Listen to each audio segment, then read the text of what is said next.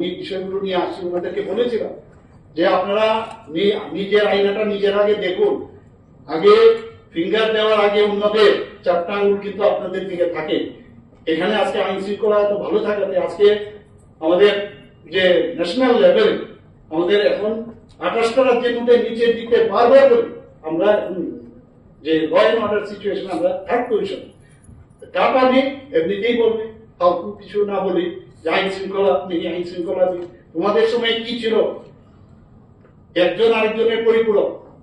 একবার 5 বছরের জন্য ছিল, কি অবস্থাটা ছিল কংগ্রেসের, এর আগেও কি ছিল, আর এরপরে কি ছিল কর্মীদের সময় 35 বছর চারিদিকে এক রাজ্যের থেকে মানে এক জায়গা থেকে আরেক জায়গায় যাওয়া কি অসম্ভব।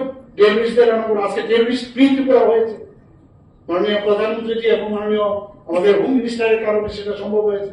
সমস্ত এনএলএটি এজিটিএফ এর ওরা আমার সামনে অস্ত্র তারা সমর্পণ করেছে।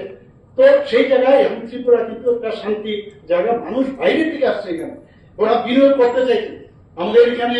আমরা অলরেডি জায়গা দিয়েছি মণিপুর থেকে, মণিপুরের যে অবস্থা সেখানে ওরা থাকতে চাইছে না, ওরা বলছে আমরা এখানে বিনিয়োগ করবো এবং তাদের জন্য আমরা জায়গা দিয়েছি। আরো অনেক মানে হেলথ সেক্টরে আরো যারা সুপার স্পেশালিটি কাজ করতে চায় তাদেরও আসছে এখানে। আমি আইএলএস এ ঢুকতে বা দিকের যে জায়গা জমিটা আছে সেটাও আমি অলরেডি প্ল্যানিং করেছি এবং তার জন্য আমাদের বাজেটও আমরা রেখেছি।